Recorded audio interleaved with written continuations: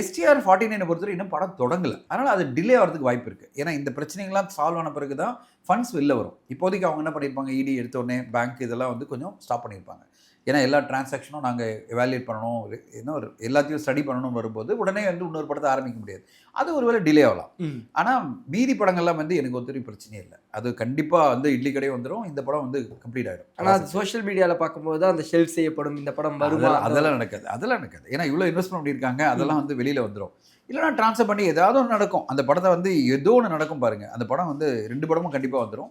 இப்போ 3வது தொடங்க வேண்டிய படம் மட்டும் தான் எப்படி தொடங்கும் அப்படின்றத பார்க்கணும். இப்போ எல்லாரும் ஆளாளுக்கு ஒரு அனுமானம் இருக்கும். எஸ்டிஆர் அவர்கள் விட மாட்டார்ல. இவ்வளோ தூரம் ஒர்க் பண்ணி ஒரு கதையை உருவாக்கியிருக்காருன்னா, அந்த கதை வந்து அப்படியே ஒரு ஷெல் பண்ணிட்டுலாம் போக மாட்டாரு. அவர் அந்த கதையை வந்து எப்படி பண்ணணும்னு அவரும் பிளான் பண்ணுவார். ஆனா அதுக்கெல்லாம் டைம் எடுப்பாங்க. உடனே டிசைட் பண்ண மாட்டாங்க. நம்ம தான் உடனே பேசிட்டு இருக்கோம். அப்படிலாம் வந்து அவங்க பேச மாட்டாங்க. எல்லாருமே டைம் எடுப்பாங்க. இப்போ எஸ்டிஆர் அவர்களும் டைம் எடுப்பார். சரி 2 மாசம் பார்ப்போம். அதுக்குள்ள இந்த பிரச்சனைகள்லாம் தீர்வு வந்துருச்சுன்னா, நம்ம இந்த படத்தை கன்டினியூ பண்ணிக்கலாம். 2 மாசமும் கடந்த பிறகு ஒரு வேளை டிலே ஆயிட்டே இருக்கு. ஒரு தீர்வு வரல அப்படின்னு வரும்போது வேற மாதிரி டிசிஷன் எடுப்பாங்க.